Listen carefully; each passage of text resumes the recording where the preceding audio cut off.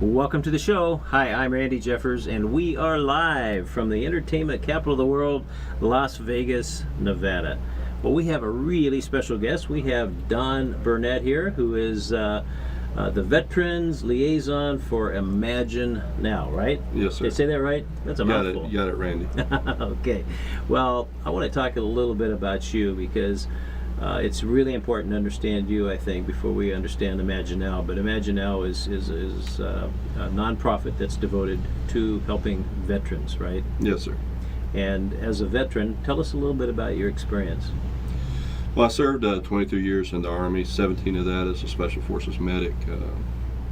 I was forced to retire, medically retire, because I had a DVTP, pulmonary embolism.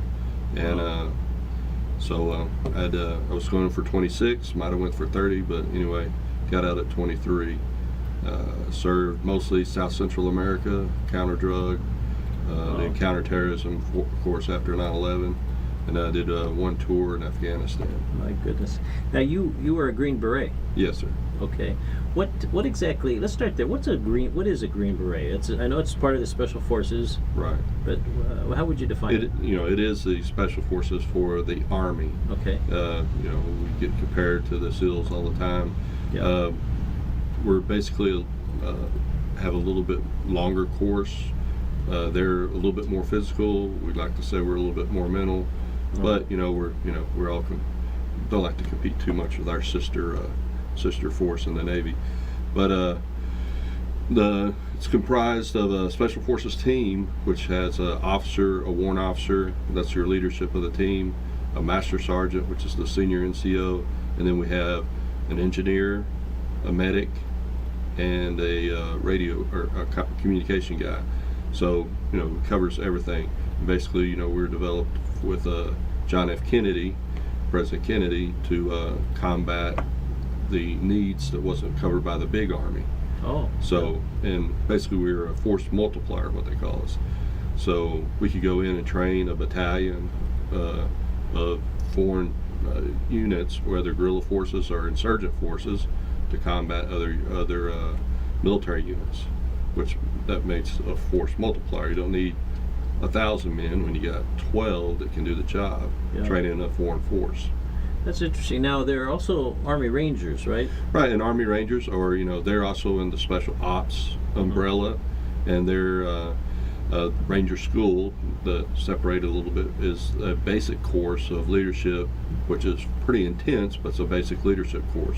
And then you got your Ranger battalions, which are a more direct action.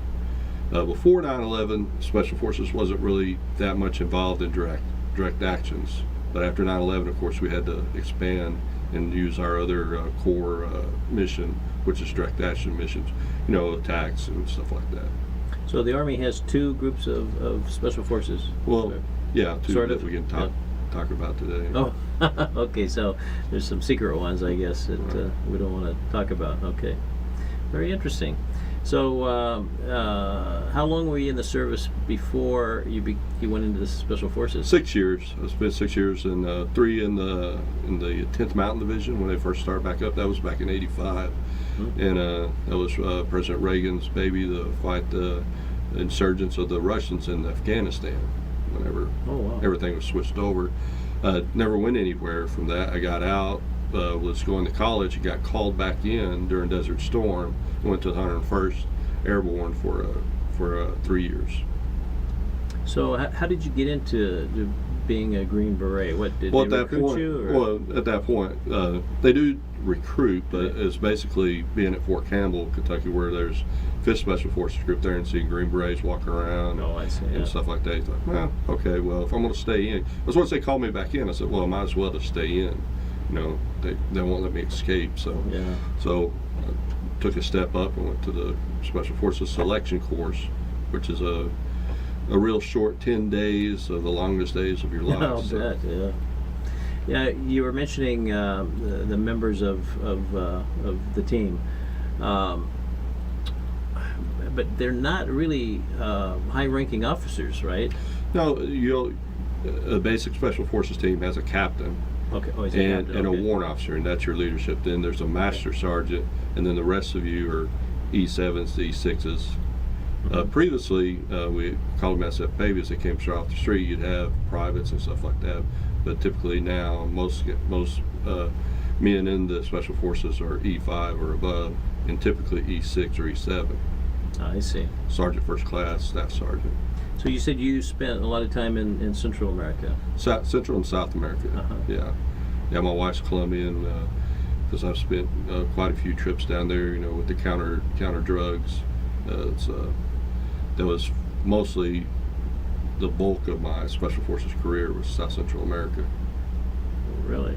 So there's bases all over South America? No, we typically didn't use bases. We do have some units that are stationed down there permanently, but mostly through the military group at the embassy.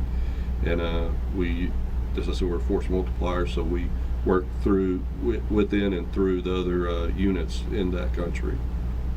Well, you must have done a really good job. I was in Colombia a number of years. I spent a lot of time in Venezuela at one point. Right. And so I was over in Colombia. But I understand it has just opened up a great place to go now, and especially for Americans. Well, yeah.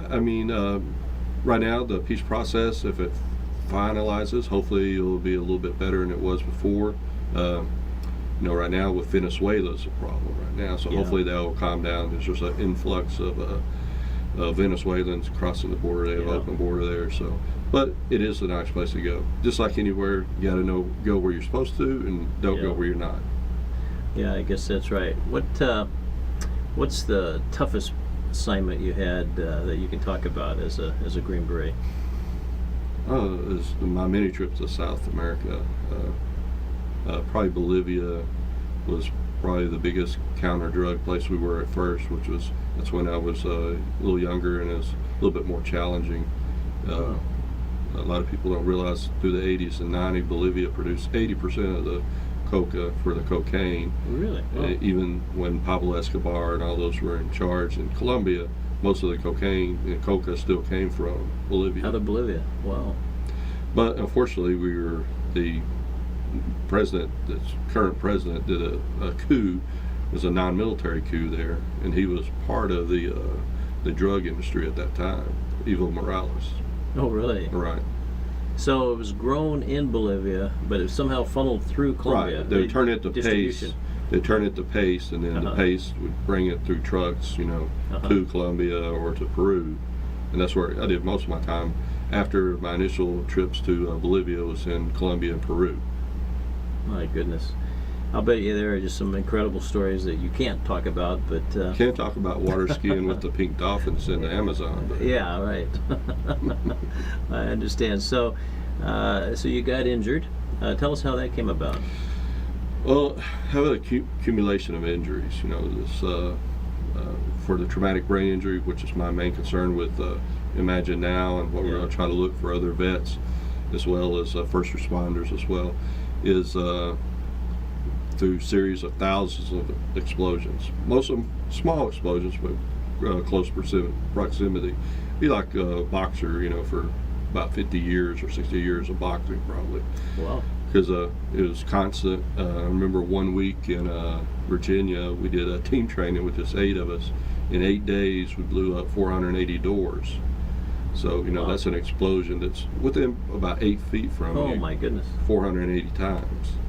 Wow. So that's just an example. There were larger explosions, of course, that we just won't talk about today. So the military, what did they do? When did you know it right away, or did it take? Oh no, years? it took years. Especially because we're just like football players talk about. They get knocked out, whited out, they get back up. They can't remember the play, but they just keep on going on and wipe their nose, keep going on. Same thing for us. There was times where I would get a good blast and ears ring. Somebody come up and say, "Hey, you gonna still participate?" And then you just keep going on. And then didn't really notice it until I was doing my medical recertification. I'd already done it 7 times every other year, and this was a 8th time. I'm sorry, and my scores just dropped to the bottom. And especially I was studying more. Before I never would study, and I would pass all the certifications. My score dropped to the bottom. Had to get retested. It was like a big slap in the face to me. And also my Spanish qualification started dropping when it should be going up. So I started noticing that I was having a little problems, so a few problems. After retirement, I found the VA was just not trying to treat my traumatic brain injury. They were trying to label me with PTSD because it's a lot cheaper to treat. That's what's my feeling from It's it. sort of the generic label, isn't it? Right, Like, pretty right. much everything is PTSD now. Right. Yeah. So how did you find out what it really was? Well, just through research, I'm still a medic, all my buddies that have been working on this as well. And then I linked up with a hyperbaric chamber in Colorado, Rocky Mount there in Littleton, Colorado, and did a month of treatment there. It really helped me. My main problem is headaches. I have migraine headaches that just put me out 3 or 4 times a week. Wow. I did a month of treatment there, and basically what it did was it made the intensity of the headaches go down, have them a little bit more frequent, but they're not as intense and debilitating. Now, Imagine Now, it's headed up by Barry Muse and Janet Franco, Yes. and who are just I happen to know them. They're wonderful people. Right. And they have some amazing ideas. Tell us a little bit about the organization from your perspective. Just coming on board, Janet's full of energy. She's Yeah. really wanting to get this going, and there's a lot of things in the pot right now that are trying to get working. It's going to be basically hyperbaric chamber treatment, stem cell treatment. We're looking at the hormones, which is a big thing with traumatic brain injury, PTSD with the neurofeedback, help controlling the emotions and neurofeedback from that. There's just so many things going on right now. We could probably talk about that for 2 hours. I just got back from talking to Janet. I don't want to say any dates or anything. We're still talking about a opening soon and getting the ball rolling, which will also do military vets and first responders, as well as it's a nonprofit, so other people that can't pay will be looked at to be in the program as well. So, as I understand it, there's going to be sometime soon a big center, a hyperbaric center. Yes. It's going to be sort of geared towards the vets, really for everybody, but with a special emphasis on veterans, right? Right. And that center will be over on Eastern, somewhere around there, Okay. Eastern Avenue. Uh-huh. Yeah. That's why I don't want to get too many details since I'm. Well, at some on point board. soon, Right. I'm sure there'll be a big announcement, Right. grand opening, and all Right. those things. But now, do you have the VA behind this? What they're working with the VA to do, Janet and Barry, is work on getting the reimbursements right now from the VA through the choice program. So Yeah. get all the docs and all the modalities approved. That way the VA can reimburse. So, what's it like, Don, to like on your worst day, or one of the worst days, when you have these migraines and you just feel, do you give up hope on those days? Or Fortunately, I came from a real strong family, so hope isn't a problem, or faith or anything like that. It's just non-functional. It makes me, I have scattered vision where it's broken up, so I can't see mostly on my left side, and just the headaches are just so intense, I'm just non-functional. Wow. I've already maxed out my dose of my meds I can take, which really aren't working, so I'm just looking for other avenues to help me out. So with this new holistic approach, with the hyperbarics and maybe with stem cells and some other things like that have a chance to maybe do things that maybe weren't even possible before, with traditional treatment. Right, yeah. Yeah. I mean, the medical field is really locked in when you go to medical school on, the drugs, RX, Yeah. But hopefully we can get some of the new procedures, new, more holistic things up and around. There are a lot of vets trying a lot of different things, and hopefully we can help them out. Yeah, absolutely. So you worked with the Reagan administration. That's when. Well, that's when I first came in, Uh-huh. in '85. So yeah. And what was that like? Well, it was great. Those were So, good days. I was just a young soldier, so yeah. Yeah. But, everything was pretty great back then. But You saw it change a lot, I bet, over your career. yeah, probably my roughest time was during the Clinton times. Even though the economically the U.S. went up a little bit, we were having to scrounge for batteries for our equipment. Really? Pay for our own batteries and stuff like that. But Fort Bragg, for doing airborne training, they were jumping out of the back of trucks because they couldn't pay for aircraft. So, but that was a pretty slim time. Goodness, people, the paratroopers were Right, to do your so every 3 months we're supposed to recertify on our jump status, but they can get aircraft. So what we do is have a truck drive along slowly, and they just jump out of the back to practice their body position and roll on the ground. My goodness. Now, what's the situation now? Well, I've been out since 2010. It was still going pretty good whenever I got out because, of course, we were just got one conflict done, and we're still in Afghanistan until today. And of course, Syria, we got all types of stuff going on. But that keeps funding, it keeps your training and everything up. But from what I understand, it's starting to go up a little bit. The VA's getting better, the military's getting better right now. We just got to see how it goes.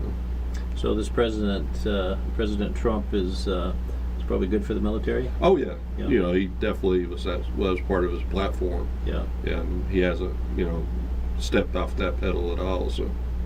Yeah, I hear wonderful things happening in the VA from a positive standpoint. Right. Yeah. It's just a bureaucracy still, though. I mean, there's a lot of red tape, a lot of people employed. It's really hard to break that system of bureaucracy over years to open up. It's like the choice program's been around for a while. Before here, I was in West Texas, which is a little bit more rural area, and that's what they relied on, was the choice program mostly for providers. But I would still have to drive almost 3 hours to find those. So wow. You would think it'd be somewhere, and I was in Midland, Odessa, which is not a real small area, but still, I couldn't get a provider there that would take the choice. Wow. So is that part of why you moved to Las Vegas? Well, I moved back. My wife's works here, so she's planning her retirement from here, and so I moved back to. Also, the care through the VA is much better here, but also I was already looked up this program and was hoping it'd get rolling soon, and is almost ready. I heard something yesterday, and I can't remember the stats, but the number of vets that commit suicide on a daily basis, it was 22. 22 a day. Right. They commit suicide. Right. My goodness, that's staggering. Right.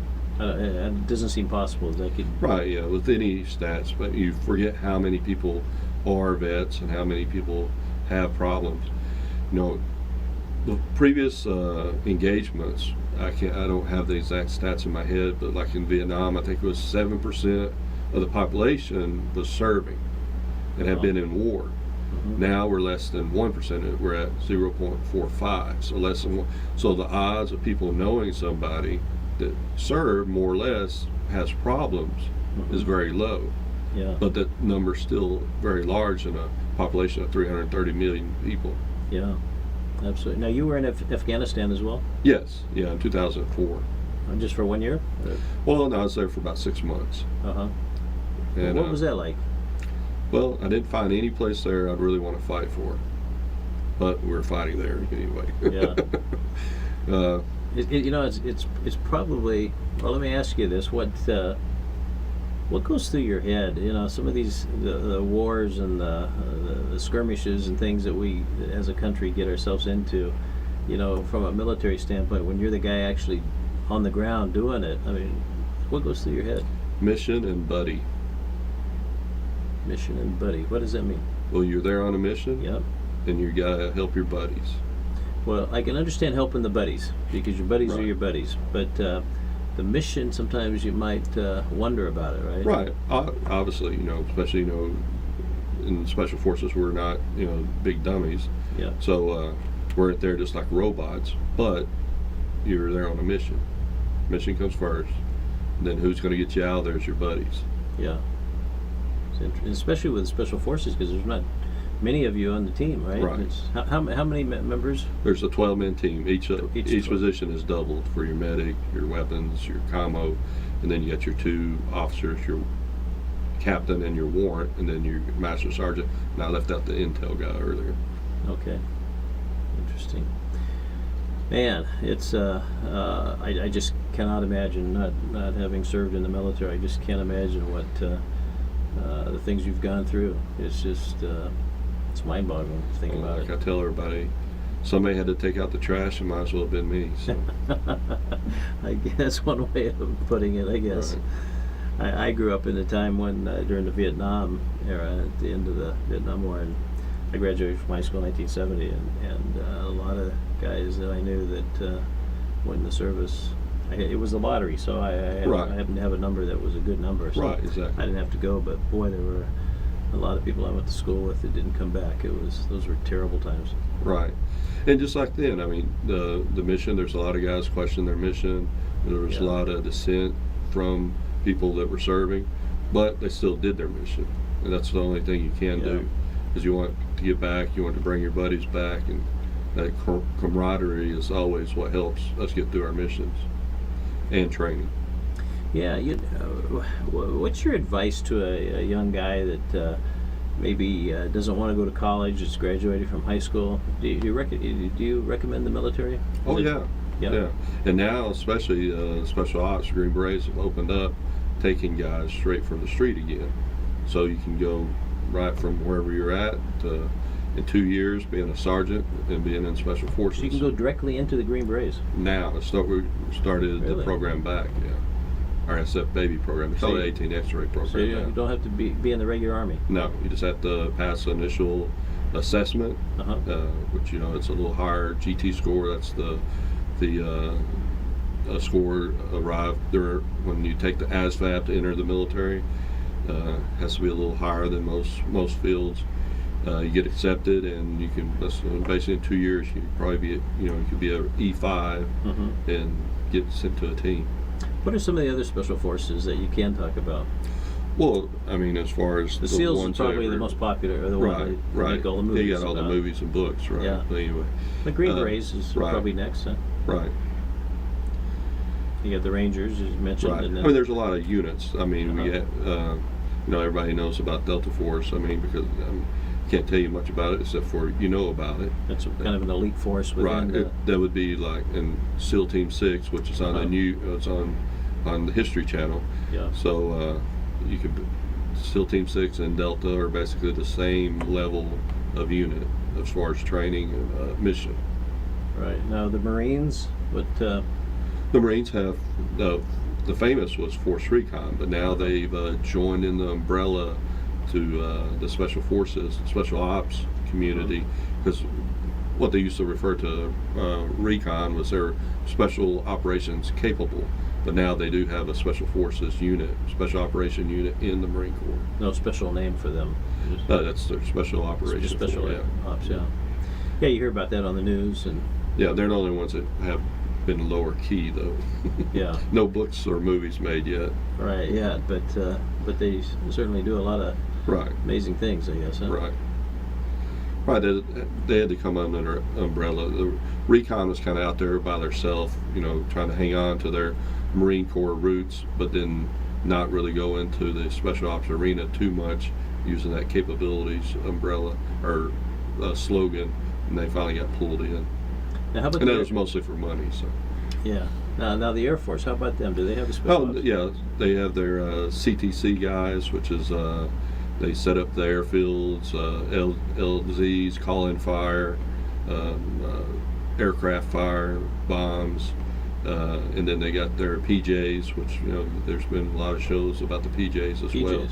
Yeah, that's their pararescue guys. They're pretty elite. I mean, but they're you could have one or two PJs working. I've worked with the PJs, worked with their CTT, their combat tactical teams, and then they got a special medical one. I can't remember the acronym right now. But anyway, their PJs are one of the most famous. And they also get to have the Thunderbirds and the Blue Angels. Right, of course, yeah. The Thunderbirds are headquartered right here. Right, yeah. We just lost one. Right. Well, that's what Yeah. I've flown with quite going back and forth on civilian aircraft with some of the special forces pilots. I'm like, that's not really special forces. You're sitting in an airplane. Yeah. I guess I guess you all have this competition probably. Of Well, who there's does always what. a little bit of, yeah. You feel a more of a special bond with people that are in special forces. Well, yeah, because we, you know, walked the same roads and, Yeah. and had the same rucksacks on, so, yeah. Interesting. So, what's your favorite place that you've been to? Probably Colombia still. Yeah. I mean, I've been there a lot, you know. That's where my wife's from. We have a home down there, so it's probably my favorite country that I've been to. You know, I've got family there now. Right, yeah. Very interesting. So, tell us about you. You have children? I have 2 sons, yeah. Uh-huh. Yeah, and they're both in Alabama. Alabama. Right. Oh. Yeah. Are they grown? Oh yeah, I'm sorry. Yeah, they're grown. They got grandkids. I got Oh my goodness. a new grandbaby Lilith and a new grandbaby Ray Lynn from Uh-huh. this past year or so, and then a total of 5 grandchildren. Yeah. Oh my goodness. So is it really true about grandkids, or you know what they say about the difference between grandkids and kids? Oh, right? right, You really yeah, appreciate them, right? Right. Oh yeah. Yeah. And you can spoil them and send them back with their parents. So, Yeah, absolutely. A little torture for them. So they come out here often to see you? Not as much. I go there, or we meet in Texas. Uh-huh. That's where I grew up, and that's where my parents, or my mother's at. My father passed away this year, so I left Vegas for 2 years to go out there and help them a little bit. But yeah, try to meet in the middle a little bit. Where'd you grow up in Texas? What town? It's a little town called Westbrook with 298 people. Wow. Had the biggest graduating class in like 20 years of 13. Is that in West Texas? Yeah, or- West Texas. Uh-huh. It's right around Midland, Odessa. Uh-huh. But yeah, small town. You know, I was Mr. WHS, you know, the big kahuna there. Yeah, Of well. 13 people. Yeah. Interesting. Wow, what a life you've had, huh? Well, it's been pretty good so far. So what's the future hold for you, do you think? Well, I was trying to become a physician assistant. Still working on that road. It's just been taking a little while. I had to have a back surgery, a neck surgery, because when I first got out, I was in so much pain. I was on narcotics, you know, for all the pain I was in. Finally got off of that and got my my surgeries done, which helped the pain level a lot. So hopefully keep trugging along in school here and see how it goes. It's been a long time since I did calculus and all these science classes. That's all I was needing. I already had my bachelor's. Yeah. So it's just been a pretty rough road trying to get the brain group working, especially, you know, I'm in these laboratory classes, which are mandatory, and I have migraine headaches, so I have to like jump around and find an alternate, you know, class sometimes. But it's going pretty good. But And then you'll follow that with medical school? well, the PA, yeah, it's Yeah.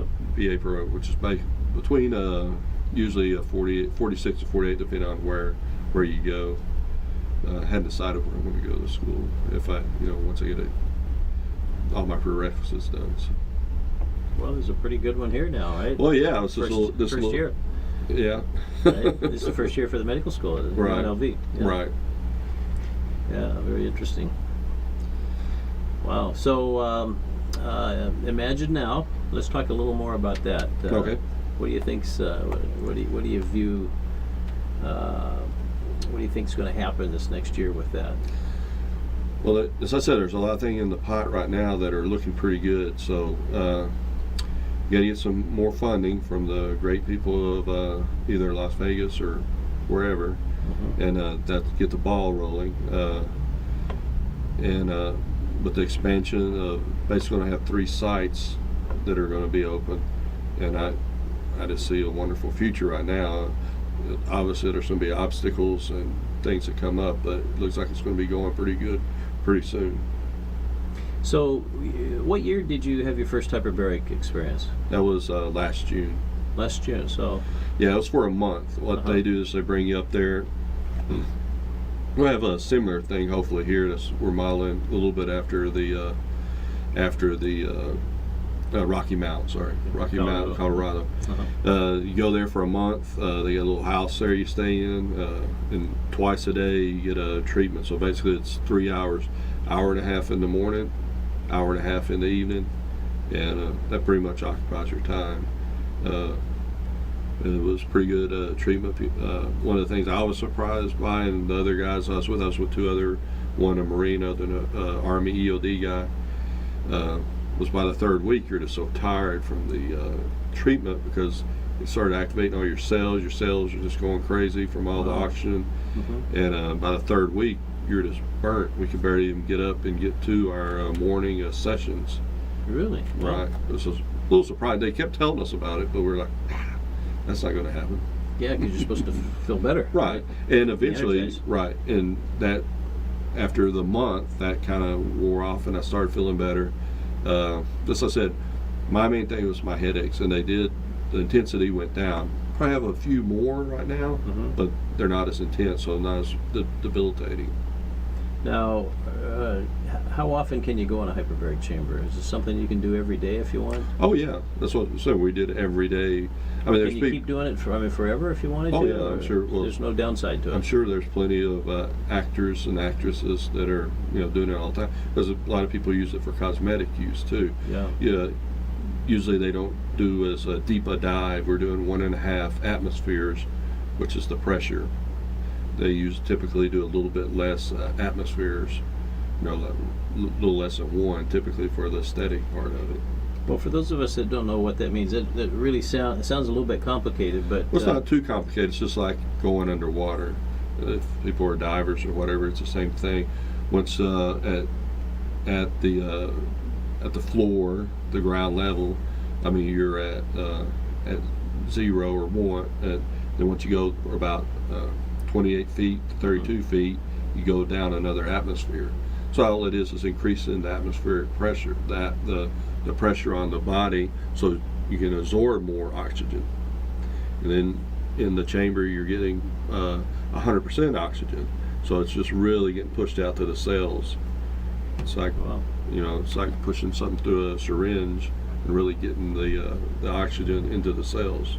Now, hyperbaric chambers, correct me if I'm wrong, but weren't they sort of invented for divers? That, right, and that's what. Yeah, and that's why I come up too fast. put out the relation to the water, and that's what everybody's heard of the bends, which the bends is basically the nitrogen that's in the air naturally. Because when you're diving, you're not on oxygen, you're on regular air, and it has like 7% nitrogen.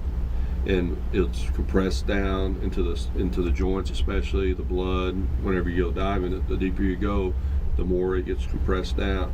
If you come up too quick, those are going to expand. And when they expand, if they're in your joints, your capillaries of your skin, of your circulatory system, it can cause a lot of pain, and then sometimes death. Especially, your capillaries are also in your brain. Wow, scary. Can be, but that's why typically we have a chamber on site if we do dives, or we did in the military. You may have to spend a few hours in there, but depends on how deep you were.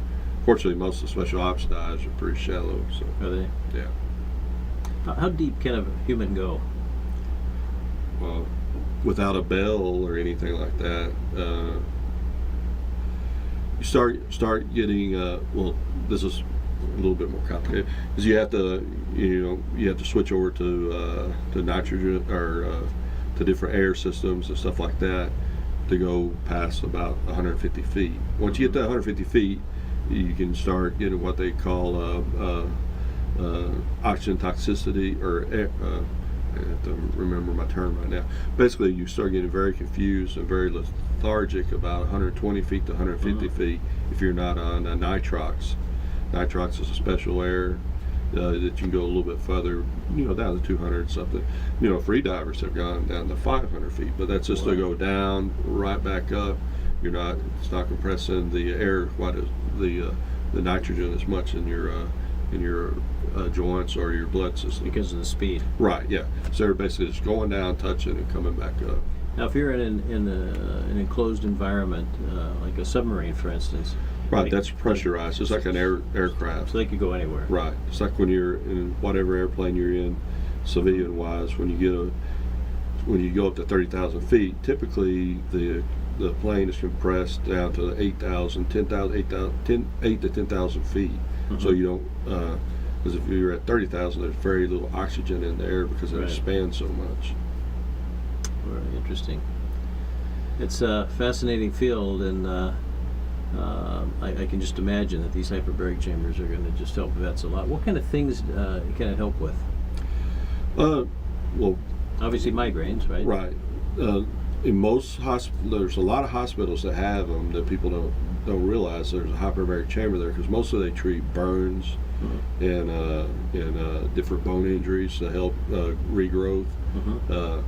But for the unconventional use, it can be used now for the for TBI, PTSD, and that's what we're looking at mostly. But as I said, burns, anything else like that, to help oxygenate the wound. That's what they're being used, especially for burns. A lot of burn centers. That's why most of the research came from for hyperbaric. Now, people that have lost a limb, for instance, let's say they stepped on a mine or something, and does it help with those kinds of things? Well, it can. I mean, there's a lot of treatment. I mean,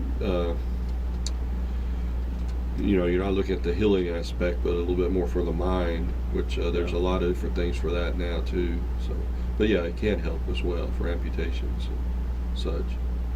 Well, you mentioned earlier about sort of alluded to your family and some of your values and those types of things. Tell us, you have a lovely wife, I assume, from Colombia? Yeah, my wife's a good Catholic woman from Colombia. Yeah. Keeps, homemade food and all natural food every day. She's been here 12 years, and she's eaten fast food maybe 3 times. So she'd rather just make her food. So Yeah. but growing up, had a great family life. My mother and father were really good mentors, and I had 2 younger sisters, which are really good women as well. So. Growing up in Texas is really different than any place else. I lived in Dallas for a while. Right. And we moved from Dallas to Oregon. And I'd lived in Oregon before, for a long time. And when you live someplace, you don't realize what all is going on. Right. But boy, when we moved back from Dallas, just listening to the news was an experience. Right. The difference, it's just the values are different. Right. Texas is really a very interesting place. Right. Now we are in a little bit of a turn of colors from red to purple right now. So, but that's only because there's so much business in Texas right now, economically wise. There's a lot of people from other states coming in, but just like we welcome them all. But Yeah. Well, you do have some cities that don't share the same values as most of the state, but right. Yeah. Yeah. We're mostly with. Because I had a couple friends that have moved there since they retired, and they're just like, I'm almost getting tired of all the polite people. So. So what about Las Vegas? What do you think about the city? It's nice. I like Vegas. Just like my wife said with her friends, they're just, oh, you live in Las Vegas? How great. Yeah. Well, that's seeing the strip the whole time and all the lights and glitter, but it's still, surprisingly, it's not that costly to live here as far like I thought it would be, the cost of living. But I don't gamble, but anyway. I don't either. Life's a gamble anyway. If I gambled, I guess I would do it in the supermarket. So I guess so. Yeah, a lot of people think because you live in Vegas that you're on the strip every day. Right. And or seeing shows. seeing shows, right. But it's a pretty normal town. Right.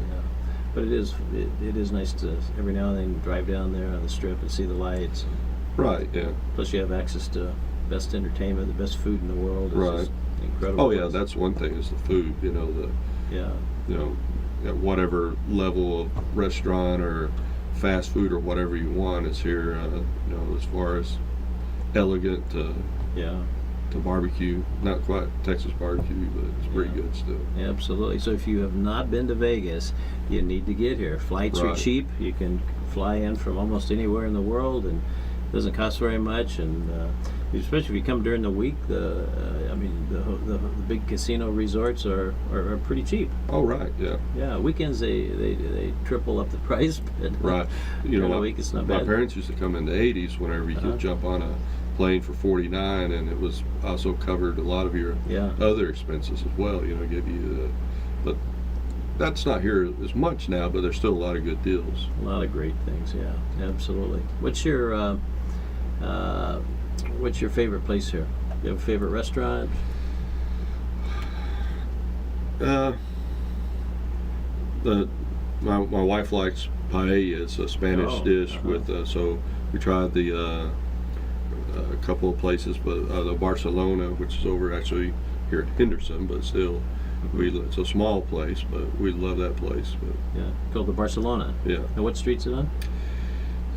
I know how to get there, but I can't remember Yeah, the street. okay. But it's on MapQuest or Yeah, Google Maps. Barcelona, if you want to have a good, is it Colombian? Well, it's actually a Spanish dish, but they make them in most countries in South America too. Paella. It's a seafood dish with rice. Uh-huh. You know, it's really good there. Oh, very good. Well, let me ask you something from your perspective as a wise old soldier. For anybody that's young that's listening to us right now, you know, there's I don't know how kids make it growing up in this day and age. You know, Right. with the internet and just. And with the media, the way they report things, and Right. you never know what's true, what's not true, and but you know, I'm sure we have somebody out there that would love to hear your advice of how to live your life. What would you say to them? Oh, live it to the fullest. Whatever you want to do in your life, plan it out and try to accomplish that. Nothing comes together without a plan. I know a lot of people like to live by the seat of their pants, and sometimes that works, but it really doesn't for most. So if you want to do something, you gotta write it down. You gotta put it on your laptop. Of course, nowadays, Yeah. I still take a lot of notes. But people look at me kind of weird, but get a plan and stick to it. Without a plan, things fall apart. So. You think that's one of the biggest lessons you learned in the military? Oh, of Yeah. course, yeah. I mean, we plan the plan to plan the plan. You got your contingencies when things don't go right. Every contingency needs to be planned for. Yeah. So, yeah, that was one of them. Especially where I was, where I operated at. You had to have 3 backup plans for every plan. So, Interesting. So have you translated that over into your personal life? somewhat, yeah. Yeah. And as I said, you got to plan those contingencies. Exactly. Probably my personal life has more contingencies than a regular military plan. Well, Don, it's just fascinating talking to you, and God bless you for your service. And you know, it's just it's amazing to be around somebody like you. And I really cherish this time we've had together. Well, I appreciate it. It was my pleasure. Serving the country as I said, it was nothing. It was just a job that I really wanted to do. Yeah. Well, thanks again, and look forward to Imagine Now and its opening and all the great things you guys are going to be doing there. So it's Imagine Now in Las Vegas. So look for the opening. Do you know the website by any chance? I know they're developing a website. It's still under development. Okay. Yeah, I think you can Google with just Imagine Now Veterans, and it'll show And up. Imagine Now? Right. Okay, great. Well, thanks for joining us. We'll see you next week. Same time, same station. Bye-bye, everybody.